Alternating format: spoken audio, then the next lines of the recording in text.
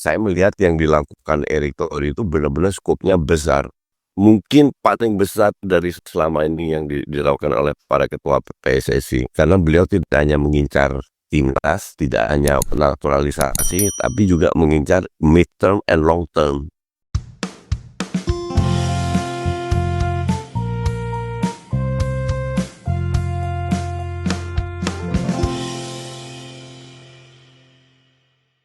Salam perspektif baru untuk sahabat pemirsa acara ini di media sosial YouTube dengan nama akun Perspektif Wimar TV. Saya Hayat Mansur, sebagai host senang sekali kembali bertemu dengan Anda untuk kita berbincang-bincang dengan berbagai topik, terutama dari sudut pandang yang jernih. Hari ini kita akan berbincang-bincang dengan topik yang sangat dinantikan oleh seluruh masyarakat, yaitu sepak bola. Sahabat Perspektif baru, pada tahun 2025 ini, Persatuan Sepak Bola Seluruh Indonesia atau PSSI genap berusia 95 tahun. Di usia yang hampir 100 tahun, PSSI masih terus berjuang untuk bisa tembus ke tingkat dunia. Sejak didirikan pada 19 April 1930 oleh Insinyur Suratin Sosro Sugondo, PSSI merupakan alat untuk mengharumkan nama Indonesia dan mengibarkan merah putih di kancah internasional terutama sepak bola. Tapi setelah 19 ketua umum, saat ini ketua umum yang ke-20 adalah Erick Thohir, dan kita telah berganti-ganti puluhan pelatih baik nasional maupun internasional, perjuangan itu terus menjadi suatu yang harus dinantikan kita bisa tampil di pentas dunia. Saat ini ada satu hal yang sangat menarik yang kami perhatikan. PSSI menempuh jalan baru, melakukan terobosan baru yang sebenarnya setelah dilakukan oleh banyak negara seperti Belanda, Italia, Jerman, Spanyol, yaitu memanggil pemain-pemain yang mempunyai ikatan untuk membela timnas mereka. Nah, saat ini Ketua Umum PSSI sejak tahun 2023, Erick Thohir, dalam istilah kami melakukan Garuda Calling, yaitu panggilan Garuda kepada pemain yang lahir dan besar di sana tapi mempunyai ikatan darah dengan Indonesia. Dan hasilnya kita bicarakan dengan Coach Justin, atau yang nama aslinya ada Justinus Laksana. Salam perspektif, Coach Justin. Halo, salam perspektif, Mas. Iya, Coach. Nah, mengenai ini, jalan baru PSSI untuk tembus ke Piala Dunia ya. Kalau istilah kami, Garuda Calling. Panggilan Garuda kepada pemain yang lahir dan besar di sana tapi mempunyai ikatan darah dengan Indonesia. Dalam pengamatan kami, ini sangat efektif dan Indonesia sebentar lagi akan tembus ke Piala Dunia. Timnas senior ya. Ya, semoga. Nah, kalau dalam pandangan Coach Justin bagaimana dengan langkah terobosan baru ini? Ya, kalau saya bilang bagus ya. Karena sekarang rakyat Indonesia bisa bermimpi untuk masuk Piala Dunia. Sementara nggak usah jauh-jauh lah, 5 tahun yang lalu kita masih bahas juara AFF, juara SEA Games. Dan sekarang SEA Games, AFF bisa dianggap sebagai uji coba lah, kasarnya begitu. Jadi untuk saya ikut Piala Dunia itu sesuatu yang bukan hanya terobosan, tapi sebuah perubahan yang sangat signifikan terhadap sepak bola di mata dunia dan juga perkembangan sepak bola di lokal. Dan untuk bisa merealisasikan hal tersebut, ya kami butuh pemain diaspora, sesimpel itu. Nah, di zaman Ketua Umum PSSI yang ke-20 yaitu Erick Thohir, lakukan pemanggilan diaspora ini dilakukan secara terstruktur, sistematis, dan masif. Di semua kelompok usia, kategori usia, ada pemain diaspora yang dipanggil, ada atau panggilan Garuda yang datang dan mau bermain di Indonesia. Bahkan di Garuda Putih kita pun ada pemain diaspora. Nah, apakah TSM ini atau Garuda Calling TSM ini itu benar-benar telah menghasilkan suatu peningkatan skill pemain kita? Kalau dari sisi itu jelas. Kalau dari sisi kualitas jelas meningkat. Kalau enggak, kita nggak akan ikut langsung kualifikasi Piala Asia. Kita nggak akan masuk putaran ketiga di kualifikasi Piala Dunia. Dan bahkan kalau menang lawan China, kemungkinan besar kita masuk ke putaran 4.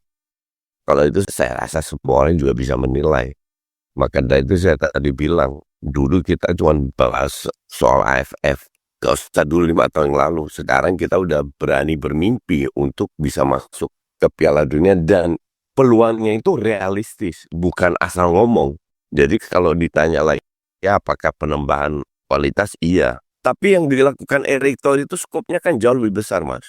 Bukan hanya memanggil pemain diaspora. Saya berkomunikasi dengan beliau dan saya melihat yang dilakukan Erick Thohir itu benar-benar skopnya besar.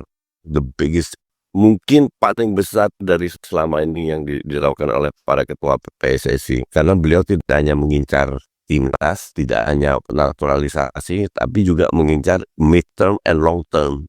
Pertanyaan kedua kan apa yang dimaksud dengan short term, mid term, long term? Short term itu 0 sampai 5 tahun yaitu fokus ke timnas. Karena kita butuh hasil. Mid term 5 sampai 10 tahun meningkatkan kualitas liga. Nah, apa yang dilakukan untuk meningkatkan kualitas liga? Salah satu yang dilakukan itu VAR. Kedua, wasit dari Jepang untuk membina wasit kita.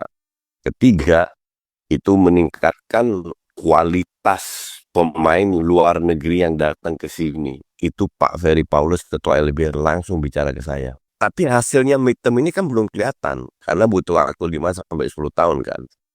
Nah, untuk long termnya, itu pembinaan. Dan ini sekarang lagi digodok bagaimana kita bisa menerapkan sebuah filosofi untuk grassroots SSB, cara ngelatih dengan benar gimana sampai masuk ke senior. Nah, mid term long term ini kan nggak kelihatan. Tapi justru tujuan proyek mid term ini untuk lama-lama pemain Liga 1 bisa masuk ke timnas. Kan kita nggak bisa 20-30 tahun beruntun datengin diaspora terus kan. Diaspora itu kan kalau kita lihat sekarang dari neneknya kan. Rata-rata dari generasi ketiga. Lah 10-15 tahun lagi kan udah lewat mereka. Iya kan.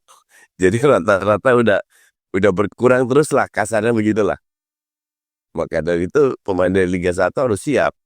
Dan itu disiapkan sekarang, mungkin 5-10 tahun lagi akan lebih banyak. Nah, Coach Justin, dengan strategi Garuda Calling ini, saya pribadi melihat kita mempunyai peluang untuk lolos. Saya pribadi yakin ya, timnas itu bisa lolos baik secara langsung melalui putaran ketiga maupun bisa langsung melalui putaran keempat. Nah, kalau Coach Justin sendiri keyakinannya sampai mana bahwa timnas ini akan tampil di Piala Dunia 2026? Besar, paling lebih dari 50%. Ini saya jelaskan kenapa saya mengatakan begitu. Kita ini kalau menang lawan China dan Saudi ketemu Bahrain, itu Saudi harus seri main di kandang. Seri atau menang, nggak boleh kalah. Kalau kalah hitung-hitungan lagi. Tapi Saudi juga peluangnya akan lebih kecil kalau Saudi kalah. Realistisnya itu minimal seri, bahkan saya bilang Saudi akan menang lawan Bahrain di kandang. Jika itu terjadi kita lolos ke putaran keempat. Oke. Nah, di putaran keempat nanti kita akan ketemu 4 negara dari Timur Tengah. Kalau nggak salah UEA, Qatar, Irak, sama Oman kalau nggak salah. Kira-kira itulah. Nah, ini kan negara Timur Tengah semua. Sebelumnya kita di grup kan sudah ketemu 2 kali negara Timur Tengah, 4 kali bermain. Bahrain sama Saudi, 4 kali bermain, 2 kali menang, 2 kali seri. Nggak pernah kalah. Oke, satu. Kedua, kita main di tempat netral. Kalau Anda perhatikan, musuh terbesar kita itu kelembapan 85%. Di babak kedua pemain kita kayak Ole Romney, Kelvin Verdong, Tom Haye itu udah drop semua mukanya, tampaknya merah. Nah, nanti kita main di tempat netral hanya 2 pertandingan di putaran keempat. Kalau seandainya kita cuma bisa berharap kan mainnya di Korea atau Jepang tempat netral, itu akan jauh lebih menguntungkan kita, ya kan? Karena kelembapan cuaca sama kayak di Eropa. Harusnya nggak main di Timur Tengah karena pesertanya Timur Tengah semua. Ya kan, harusnya AFC atau FIFA itu main di tempat netral. Ya itu untuk saya ya daerah Asia Utara lah, kira-kira begitu. Jadi prospek itu cukup besar untuk kita lolos. Ya, dengan prospek kita cukup besar lolos, ini juga akan membuat pemain diaspora lain yang mungkin grade A plus itu untuk lebih tertarik untuk bergabung dengan timnas Indonesia. Nah, Garuda Calling ini apakah bisa memanggil mereka untuk mau bergabung ke Indonesia? Apakah mereka mau atau tidak itu kan, kalau Mas sendiri orang Belanda lah, pemain bola, Mas diajak, yang Anda lakukan apa? Kan mempertimbangkan semua. Mempertimbangkan apakah mereka bisa masuk timnas Belanda atau tidak, mempertimbangkan keluarga, apakah keluarganya pengen atau tidak, banyak pertimbangan yang mereka lakukan kan.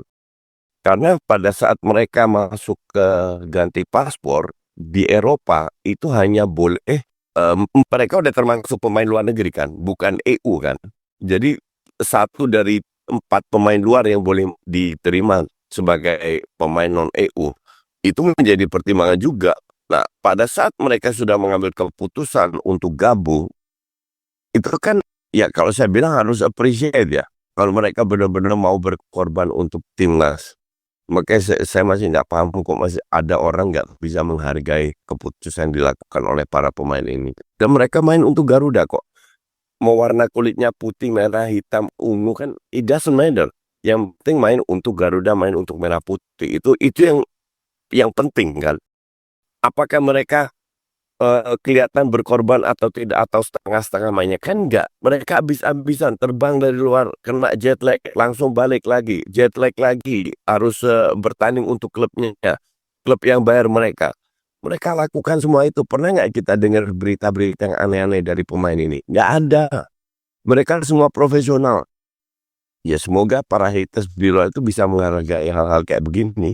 Nah, satu lagi, seperti tadi Coach Justin katakan bahwa untuk 10-15 tahun ke depan kan pemain yang bendera ikatan Indonesia ini akan semakin berkurang ya untuk nenek atau kakeknya.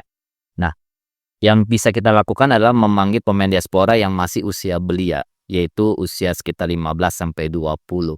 Tapi ini masih sedikit sekali yang Garuda Calling memanggil pemain-pemain diaspora yang masih muda ini. Nah, bagaimana prospeknya untuk yang pemanggilan pemain-pemain diaspora yang muda ini untuk bisa bergabung dengan timnas muda atau junior kita? Ya, ini pun sama seperti senior. Kok mereka bisa mau? Pasti ada sesuatu yang membuat mereka berubah pikiran untuk gabung di usia semuda ini. Padahal ada yang diminta sama Australia, yang dari Australia itu diminta juga sama timnas Australia. Tapi mereka pilih Indonesia. Nah, ini kan sesuatu banget gitu loh. Bahwa mereka menunjukkan bahwa mereka juga nasionalis. Walaupun lahir di luar. Hal seperti ini saya rasa harus kita appreciate. Bahwa ternyata masih ada orang-orang nasionalis yang mau di usia muda aja masih mau gabung dengan kita. Kalau saya lihat, saya nggak ngelihat masalahnya gimana. Coach, tadi dijelaskan bahwa strategi atau terobosan baru ini ada short term, mid term, dan long term. Nah, tadi kita sudah bahas mengenai short termnya, yaitu berupa Garuda Calling, yaitu mendatangkan pemain-pemain diaspora yang punya keterikatan darah dengan Indonesia untuk meningkatkan kualitas permainan timnas kita. Dan ini sudah ada hasilnya. Peringkat kita setidaknya sekarang berada di 123 dunia. Sudah sangat bagus sekali, sementara kita akan tembus 100 dunia. Nah, sekarang adalah mengenai pemenahan mid term dan long term. Nah, untuk pemenahan liga ini agar bisa menghasilkan kualitas pemain yang akan mendukung timnas di kancah internasional mampu tampil di Piala Dunia. Nah, apa saja yang harus dibenahi menurut Coach Justin? Banyak, itu ada korelasinya dengan pembinaan juga, dengan long termnya. Nah, kalau ditanya midterm aja, contoh fasilitas, kualitas rumput lah, itu salah satu fasilitas yang benar. Meningkatkan kualitas individu dengan latihan, terus menerapkan sport science, hidup sesuai dengan atlet, fokus, banyak sekali yang harus diperbaiki di liga kita. Nah, itu kan tugas klub sama tugas PT Liga, ya kan. Nah, untuk bisa mendapatkan pemain yang cukup matang, yang bagus, langsung bisa bermain di liga, itu kan butuh kompetisi lagi dari anak-anak usia 17 ke bawah lah. Ya, sekarang mereka punya EPA. EPA itu U16, U18, Elite Pro Academy. Itu semua klub profesional harus ada. Yang terjadi sekarang, klub profesional dunia pas-pasan, mereka bekerja sama dengan SSB, dengan akademi, untuk mengatasnamakan klub profesional tersebut. Nah, itu kedepannya akan dihapus, nggak boleh itu. Oke, salah satu tindakan dari PSSI. Nah, kedua, range kompetisinya itu harus diperpanjang. Nah, terus pemain-pemain U15 yang akan masuk ke EPA itu kan di SSB sama Akademi. Nyaris nggak ada kompetisi juga, ada turnamen. Nah, untuk mereka pun harus dibikin liga, let's say nggak usah dari 6 tahun lah, kayak di Eropa dari 10 tahun lah, 10 tahun sampai 14. Itu harus dibikin liga juga reguler, di mana mereka tiap tahun sering bermain. Nah, dari situ kan mereka melahirkan pemain-pemain hebat yang akan diambil ke EPA. Nah, kalau EPA-nya sudah tertata, sudah rapi, bagus, dan konsisten, nah pemain-pemainnya akan masuk ke liga. Nah, kalau pemainnya dari kecil sudah diberikan kompetisi yang bagus, secara tidak langsung big-big yang lain dari EPA kan lebih bagus ke liga. Kalau pemainnya lebih bagus dari awal masuk ke liga, secara tidak langsung mereka akan lebih berkembang. Itu akan mengangkat kualitas liga ke depannya. Jadi semuanya ada korelasinya. Dari short, mid, long itu semua bersangkutan. Nah, ini yang dilakukan oleh Erik Todi yang untuk orang-orang kadang nggak kelihatan. Kalau saya bicara begini dibilang saya buzzer, tapi orang yang kenal saya tahu bagus saya kritik, jelek saya puji. Waktu kita kalah lawan Australia, saya kritik Patrick Kluivert juga dengan permainan terlalu naif. Nah, Coach Justin, tadi kan di midterm ini banyak sekali korelasi yang berhubungan untuk kita bisa meningkatkan kualitas liga. Apakah bisa dibenahi dalam waktu 5 tahun? Midterm itu kan 5-10 tahun ya. Ya. Mungkin harus. Jadi ya 5-10 tahun itu. Kayaknya kalau lihat banyaknya apa yang harus dibenahi, saya melihatnya mungkin 10 tahun ini. Iya. Kalau sana 5-10 tahun nggak ada perubahan lo. Perubahan ini kan proses, Mas. Jadi pelan-pelan kan kita lihat wujudnya pelan-pelan. Nah, dari 5-10 tahun itu harusnya kelihatan, harus ada peningkatan. Nah, nanti kita lihat di ranking Asia lah, antar klub. Prestasi kita setelah dari sekarang 5 tahun itu kira-kira gimana? Nah, dari 5-10 tahun itu harusnya kita sudah mulai naik.